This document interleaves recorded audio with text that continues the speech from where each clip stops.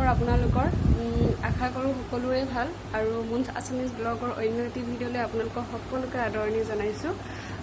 যিহেতু আজি মোমাইক আহিব আমাৰ মানে হুনমানুৰ মানে মোৰ ভাইটি, আৰু যিহেতু ভাবিলোঁ কি আপোনালোককো অলপমান দেখাওঁ ভিডিঅ'টো যোগেদি চাই থাকিবচোন। আৰু মোমাইক আহিব যিহেতু কি কিনো বনাই খুৱাম আপোনালোকক সকলোখিনি দেখাম, ভিডিঅ'টো শেষলৈকে চাব। মোমাইকেট পাই গ'লহি, মোমাইক পাই গ'লহি। ভিতৰলৈ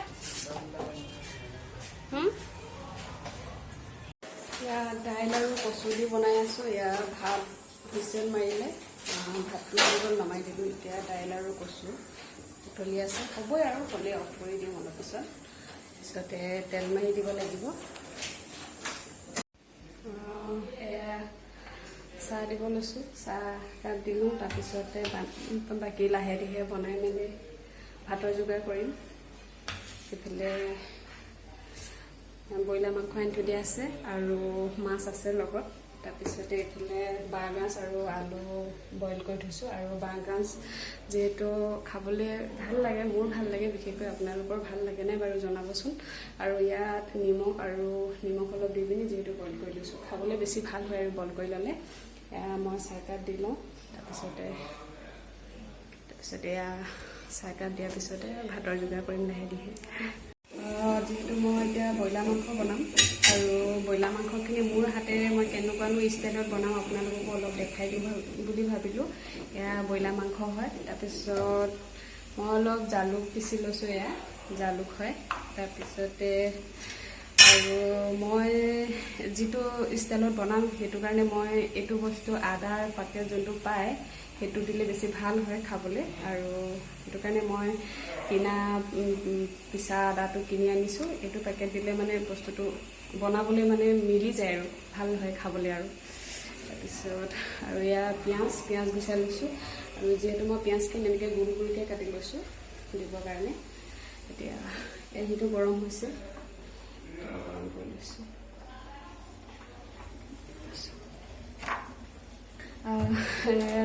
দেখাওঁ যিমান পাৰোঁ আপোনালোকক। যিহেতু মই মোবাইলটো হাতে ধৰি যিহেতু কৰিবলগীয়া হৈছে, অলপ অসুবিধাও হয় ভিডিঅ'টো কৰোঁতে।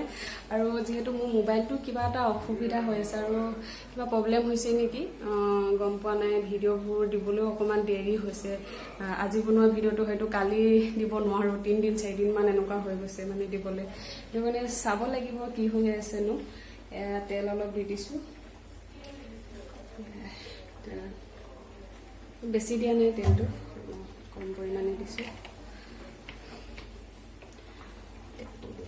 তেলটো গৰম হোৱাৰ পিছতে পিঁয়াজ দিব লাগিব।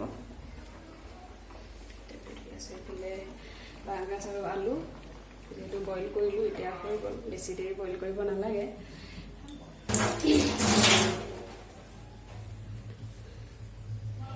আৰু মই মাংস যিখিনি ব্ৰইলাৰ মাংস বনাম তাত একেবাৰে হালধি নিদিওঁ, হালধি নিদিয়াকৈ বনাম। এতিয়া কেৰাহীখন যিহেতু গৰম হৈ গ'ল, সেইটো কাৰণে মই কম পৰিমাণে পিঁয়াজ অলপ দি লওঁ। পিঁয়াজটো অলপ দিয়াৰ পিছতে বাকীখিনি মই অলপ দেৰিকৈ দিম। এতিয়া অলপ দি লৈছোঁ।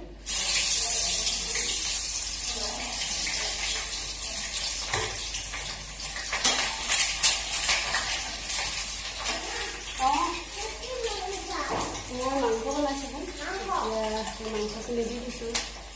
বাকী ইয়াততো হালধি দিয়া নহয়, সেইটো কাৰণে মই মাংসখিনি আগে দিছোঁ, নহ'লে মই হালধিখিনি তেলতে দি লওঁ।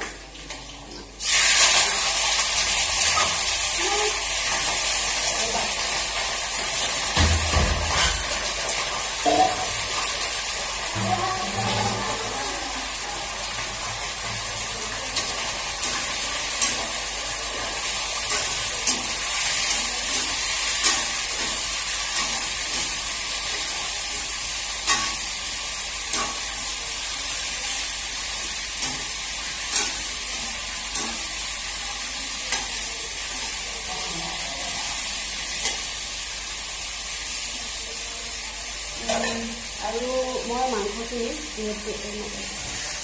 মাংসখিনি ঢাকন নিদিওঁ, এনেকৈ কৰি থৈ দিওঁ। সেইটো তেনেকৈ এনেকৈ কৰি অলপ এনেকৈ থৈ দিওঁ। আৰু ঢাকন নিদিয়াকৈ বনাম মাংসটো, তেতিয়া সেইটো খাবলৈ ভাল হয়। আৰু যিহেতু চবেইতো চব ষ্টাইলতে বনাই দিব জানো, হয়তো বহুত বেছি ভাল বনায় আৰু বহুত ধুনীয়া ধুনীয়া বনায় বেলেগৰো দেখি, কিন্তু মই মোৰ হাতেৰেনো মই কেনেকৈনো বনাওঁ সেইটোহে সৰু সুৰাকৈ দেখাওঁ বুলি ভাবিলোঁ। এইটো নহয় যে মই বহুত ভাল বনাওঁ, এইটো নহয়। ইয়াত মই এতিয়া আদা পিঠাখিনি দিলোঁ, আদা পিঠাখিনি আচলতে ঘৰুৱা নহৰু আদা কি কাৰণে দিয়া নাই সেইটো পিচি দিব পাৰি, কিন্তু অলপ দেৰি যায় যে সেইটো কাৰণে সেইটো বস্তুটো দিয়া নহয়। বেয়া সম্ভাৱনাটো থাকে, সেইটো যিটো আমাৰ ঘৰত যিটো গোটা নহৰু আদা পিচি কিনি দিয়া হয়, কিন্তু এই বজাৰতো একেবাৰে নিধিকৈ পিঠা থাকে কাৰণে এইটো দি দিলে সুবিধা হয় আৰু তেতিয়া দেৰি নাযায় ইমান। সেইকাৰণে মই নহৰু আদাখিনি দি দিছোঁ।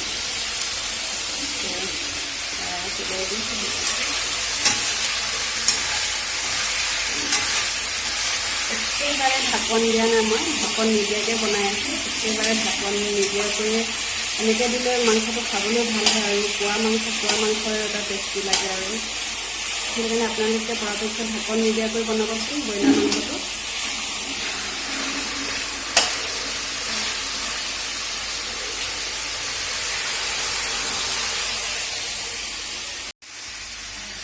ইয়াত এতিয়া বাঁহগাজৰ আলু বনাই আছোঁ আৰু এইফালে মাংসখিনি অলপ সিজাই হৈছেগৈ, অলপ কালাৰ এটা উঠিছে। সেইটো কাৰণে মই এতিয়া কেঁচা পিঁয়াজখিনি যিখিনি কাটি ৰাখিছিলোঁ সেইখিনি পিঁয়াজ এতিয়া মই বনাইছোঁ।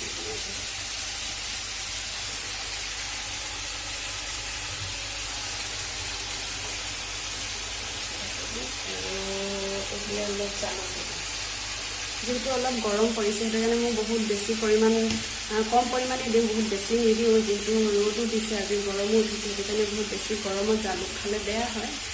এনেই কম পৰিমাণে মই অলপ দি দিছোঁ। আৰু আপোনালোকে নিমখটো নিজৰ সোৱাদ অনুযায়ী দি ল'ব পাৰে।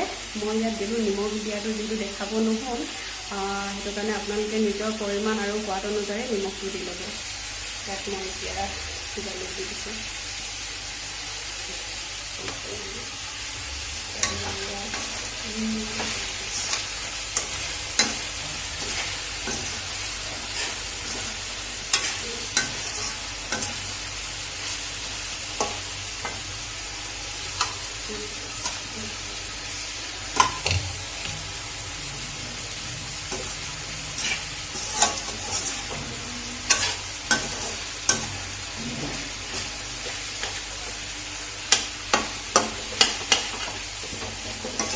আপোনালোকে এনেকৈ বনাই খাব আৰু খাই কেনেকুৱা লাগিছে জনাবচোন কমেণ্ট কৰি। তেতিয়া মই গম পাম যে মানে যিসকলে খাইছে তেওঁলোকে নিশ্চয় ভাল পাইছে। সেয়াই আৰু এনেকৈ বনাইছোঁ। হ'লে আৰু অলপ দেৰি ৰাখি দিম, ইয়াত গেছটো অকণমান সিজিবলৈ দিম। আৰু গেছৰ পৰিমাণ আপোনালোকে প্ৰথমে গেছটো অলপ বঢ়াই দিব, যিহেতু ব্ৰইলাৰখিনি দিওঁতে অলপ পানী ওলাই নহয় জানো, সেইটো কাৰণে গেছৰ পৰিমাণটো অলপ বঢ়াই দিব, তাৰপিছতে অলপ গেছটো কমাই পিনি ৰাখিব, ঠিক আছে। আৰু এনেকৈ অকণমান এতিয়া মই বহুত বেছি নহয়, কম পৰিমাণে গেছটো বঢ়াই ৰাখিব, গেছটো লাহে লাহে সিজিবলৈ দিব।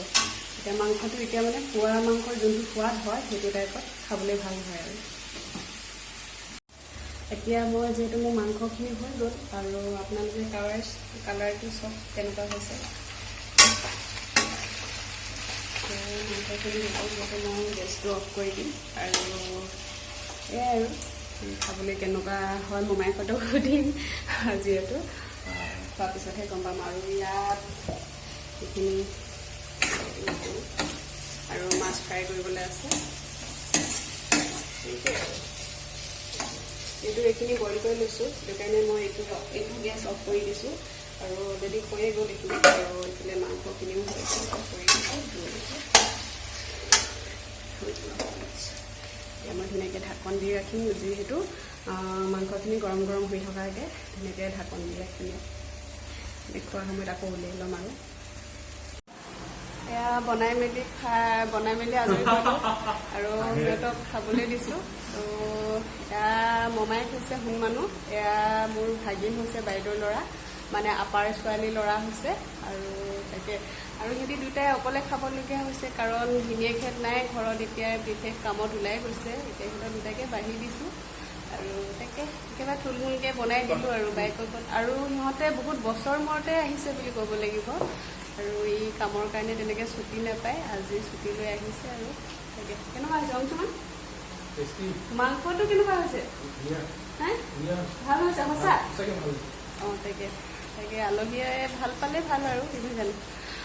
আৰু ভিডিঅ'টো ইয়াতে সামৰণি মাৰিছোঁ, যিহেতু আৰু বহুত বনালে দীঘল হৈ গৈ থাকিব। সেইটো কাৰণে আপোনালোকে যদি ভিডিঅ'টো চাই ভাল পাইছে, লাইক কমেণ্ট শ্বেয়াৰ আৰু ছাবস্ক্ৰাইব কৰিব নাপাহৰিব। আৰু আমাৰ মমাইক দেখিছে নহয়, পূৰা খোৱাত ব্যস্ত, মানে একদম কথা চথা নাই আৰু বহুত বেছি কথা নকয়, যিখিনি ক'বলগীয়া সেইখিনিয়ে কয় বাৰু।